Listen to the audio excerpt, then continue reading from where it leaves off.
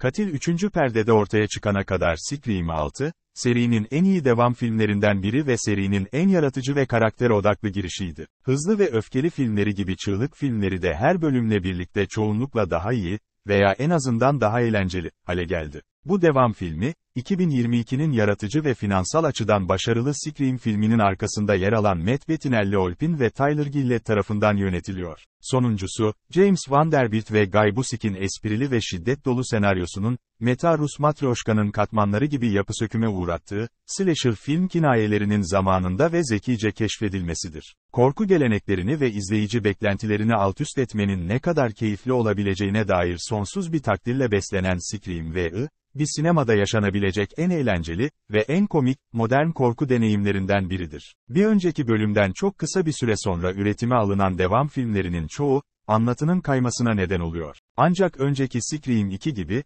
Scream V.I.'da hızlandırılmış üretim programından sağ çıkıyor. Bu, Scream 2'nin geliştirme geçmişiyle birlikte filmin de bir nevi kabul ettiği bir şey. Sonuç, gerçek hayattaki bir slasher filminden sağ kurtulurlarsa insanlara gerçekte ne olurdu? Sorusuna daha temelli bir bakış açısı geliyor. Scream V.I., serinin en büyük açılışları arasında yer alan heyecan verici bir teaser ile açıldıktan sonra, önceki Scream'den hayatta kalanlar olan şimdi New York City'de yaşayan Tara ve Sam kardeşlerle buluşuyor. Tara, olağanüstü Jenna Ortega, Woodsboro'da geçirdiği 3 korkunç, cinayetle dolu günün üniversite hayatını tanımlamasına izin vermeyi reddediyor, o sadece kampüste Cadılar Bayramı haftası şenliklerinin tadını çıkarmak istiyor. Öte yandan, görüşmediği ablası Sam, bir film yıldızı olan Melissa Barrera, Watt performansı, bir yandan Tara'ya helikopter annelik yaparken bir yandan da yaşadığı travmatik deneyimin dışında kim olduğunu anlamaya çabalıyor. Jack Quaid'in Richie'sinin son filmde başlattığı işi bitirmek isteyen yeni bir Ghostface katili geldiğinde, bu sınırları belirlemek ve yeni bağlantılar kurmak, komşusu Josh Segarra'nın canlandırdığı gizli yakışıklı erkek arkadaş gibi, Sam için giderek zorlaşıyor. Sam ve Tara, Core 4 üyeleri Mindy, karizmatik bir Jasmine Savoy Brown ve Chad, Mason Gooding, ile birlikte yeni karakterlerle ve potansiyel şüphelilerle, kaçarken, serinin en acımasız cinayetlerinden bazıları gerçekleşir. Onların ölmesini kimin ve neden istediğini öğrenmek için. Onlara Gale Weathers, Courtney Cox ve Scream 4'ten Kirby, Hayden Panettiere de katılıyor. Kirby, Hayden Panettiere, 4 filmdeki Ghostface'lerden biriyle neredeyse ölümcül karşılaşmasının ardından artık FBI ajanı olarak görev yapıyor. Toplumun sosyal medyada kurbanlara sert sözler söyleme yönündeki nefret dolu mevcut eğiliminden ilham alan Scream V.I., tematik olarak önceki Screams'lerden daha iddialı. Ancak filmin erişimi ara sıra kavramanın gerisinde kalıyor.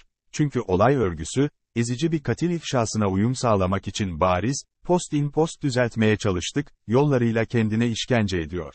Yakın zamanda yapılan bir basın gösteriminde odanın havasının, gerçekten mi? Bununla nereye varacaklar? Maskeler çıkarıldığında ve monolog başladığında. Filmin sürükleyici ilk yarısının gerilimi, pompalı tüfek kullanan Ghostface'in bir içkide Sam ve Tara'yı takip etmesi ve Gale'in Ghostface'ten ilk ve çok korkutucu telefon görüşmesini alması gibi mükemmel setlerle dolu ilk yarısındaki gerilimden sonra büyük bir hayal kırıklığı gibi geliyor. Ayrıca Kirby'nin düşük enerjili dönüşü ve Panettiere'nin cansız performansı da şaşırtıcı. Kirby'nin hala Scream 4'ün travmasını taşıdığı açıkça görülüyor. Bu özellikle filmin en unutulmaz karakter vuruşlarından birinde kendisini neredeyse onu öldüren bıçağın bulunduğu bir ödül çantasına bakarken bulduğunda açıkça görülüyor. Bu sahne ve Kirby ile Mindy'nin en sevdikleri korku filmlerini değiştirmesi sırasındaki biraz nezaket dışında, Kirby'nin, hayranların gelecekteki devam filmlerinin karakterine hizmet etmenin daha iyi yollarını bulacağını ummasını sağlamaktan başka yapabileceği pek bir şey yok. Görünüşe göre başka bir devam filmi kesinlikle garanti ve bunu hak ediyor. Özellikle de Scream 6'da serideki başka hiçbir filmde olmayan bir şey var, Melissa Barrera önde ve ortada. 2022 yapımı Scream'de biraz az kullanılmış, burada karakterinin aile bağlarını Scream'in ilk katillerinden biri olan Billy Loomis, Skeet Ulrich, ile uzlaştırıyor ve ardından bu, öldürme içgüdüsünü, çekirdek dörtlünün avantajına kullanıyor. Bu, ilk kez bir Scream filminde Ghostface kadar tehlikeli birinin iyilik tarafında veya en azından iyi komşuluğunda yer almasıdır. Scream V.I.'nın tüm iyi korku filmlerinin olması gerektiği gibi bitmesi nedeniyle, kahramanlarımızın cephaneliklerine kattıkları bu zorlayıcı ve karmaşık eklentiyi gelecekteki devam filmlerinde nasıl kullanabilecekleri önemli bir potansiyel barındırıyor, hayranların daha fazlası için ölmesiyle.